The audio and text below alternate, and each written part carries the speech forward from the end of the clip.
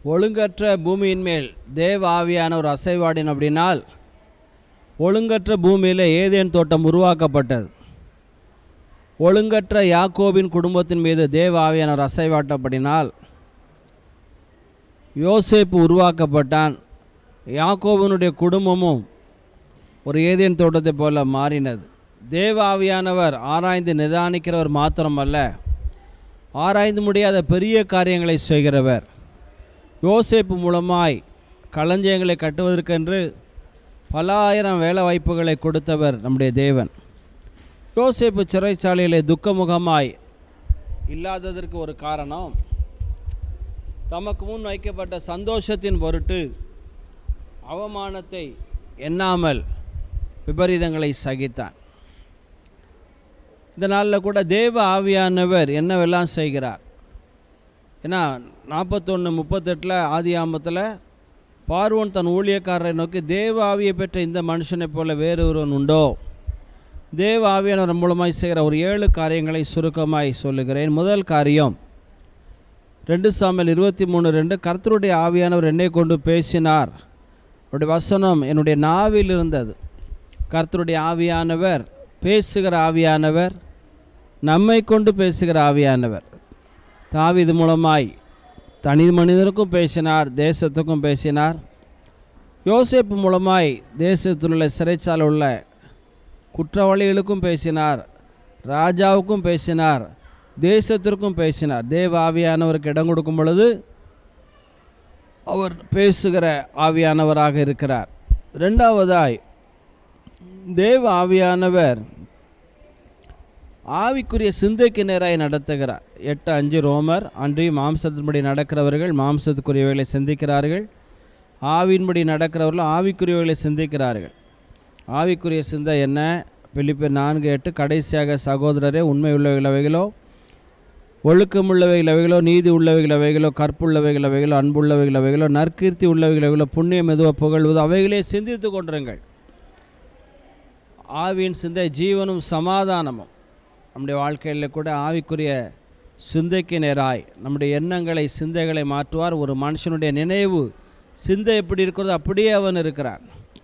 மூன்றாவது ஆவியானவர் செய்கிற காரியம், அந்தபடி திரும்பவும் பயப்படுவதற்கு நீங்கள் அடிமைத்தனத்தின் ஆவியை பெறாமல் அப்பா பிதாவே என்று கூப்பிட பண்ணுகிற புத்திர சுகாரத்தின் ஆவியை பெற்றீர்களே, நாம் தேவனுடைய பிள்ளைகளானால் இருக்கிறோம் என்று ஆவியானவர் தாமே நம்முடைய ஆவியுடனே சாட்சி கொடுக்கிறார். தேவ ஆவியானவர் சாட்சி கொடுக்கிற ஆவியானவர் நம்முடைய ஆவியுடனே. ஆகவே பிள்ளைகள் புத்திரர்கள் என்கிற உணர்வு உடையவனாய் யோசேப்பு காணப்பட்டான். ஜீவனை அடைந்து ஆளுவார்கள் என்பது அதிக நிச்சயமாமே.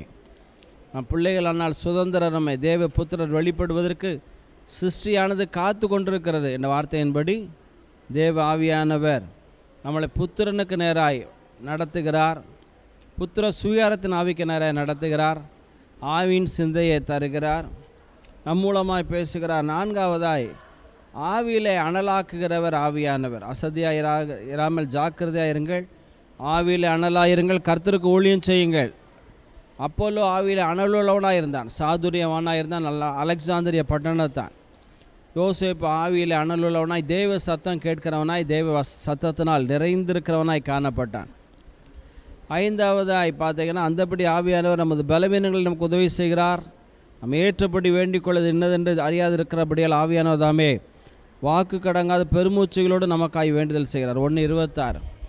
ஸோ தேவ ஆவியானவர் நம்ம மீது அசைவாடி நம்ம இருக்க வேண்டிய பொசிஷனுக்கு, இருக்க வேண்டிய வயதில் இருக்க வேண்டிய இடத்திற்கு நம்மளை கொண்டு வந்து சேர்க்கிறார் ஆவியானவர். ஆறாவதே உறுதியான வார்த்தை. 1 கொரிந்தியர் 2:5, என் பேச்சும் பிரசங்கமும் மனுஷ ஞானத்திற்குரியதாக இராமல் நையாவசனம் உள்ளதாக இராமல் ஆவியினாலும் பலத்தினாலும் உறுதிப்படுத்தப்பட்டதாக இருந்தது. உறுதிப்படுத்தப்பட்ட வார்த்தையை ஆவியானவர் நமக்கு தருகிறார். அவனுடைய யோசேப்பினுடைய தரிசனம் உறுதியான தரிசனமாக இருந்தது. ஆகவே தெளிவான தரிசனமாக இருந்துச்சு. உறுதியான வார்த்தைகளை ஆவியானவர் தருகிறார். 7 வருடம் பஞ்சம், 7 வருட செழிப்பு. கடைசியாக 1 கொரிந்தியர் 6:17, கர்த்தரோடு இசைந்திருக்கிறான், அவரோடு ஒரே ஆவியாக இருக்கிறான். ஆவியான செய்கிற ஒரு காரியம், கர்த்தரோடு ஒரே ஆவியா, கர்த்தர் பார்ப்பது போல பார்க்க, கர்த்தர் பேசுவது போல பேச, கர்த்தர் செய்வது போல செய்ய ஆவியானவர் உதவி செய்கிறார். கர்த்தர் உங்களை ஆசீர்வதிப்பாராக. உங்களுக்காக ஜெபிக்கிறேன். நல்ல பிதாவே, உமது பிள்ளைகளை ஆசீர்வதிக்கிறோம். ஆவின் சிந்தை ஜீவனும் சமாதானம் கர்த்தருடைய என்னை கொண்டு பேசினார். ஆனால் உண்மையுள்ளவர்கள் ஒழுக்கமுள்ளவர்கள் நற்கீர்த்தி புண்ணியமத புகழுவது அதையே சிந்திக்க கிருபைத்தார். எங்களை இருக்க வேண்டிய இடத்துல கொண்டு வந்து நிறுத்துகிற கர்த்தர், உறுதிப்பட்ட வார்த்தைகளை பேச செய்கிற கர்த்தர், ஆவியில் அனலாய் மாற்றுகிற கர்த்தர், உம்மோடு ஒரே ஆவியாக இருக்க பண்ணுகிற கர்த்தர். இந்த காரியங்களை கேட்கிற பார்க்கிற உங்கள் உள்ளத்தில் நீர் பேசுவீராக, இடைபடுவீராக. ஆசீர்வதியும் இயேசுவின் நாமத்தினால் பிதாவே. கர்த்தர் உங்களை ஆசீர்வதிப்பாராக. ஞாயிற்றுக்கிழமை ஆராதனை இல்லை வெள்ளிக்கிழமை சாயங்காலம் லைவ் ப்ராஃபஸில் கலந்து கொள்ளுங்கள். சப்ஸ்கிரைப் பண்ணாத பண்ணாங்க, ஷேர் பண்ணுங்கள், லைக் பண்ணுங்கள். God bless you. கர்த்தர் உங்களை ஆசீர்வதிப்பார். தேங்க்யூ.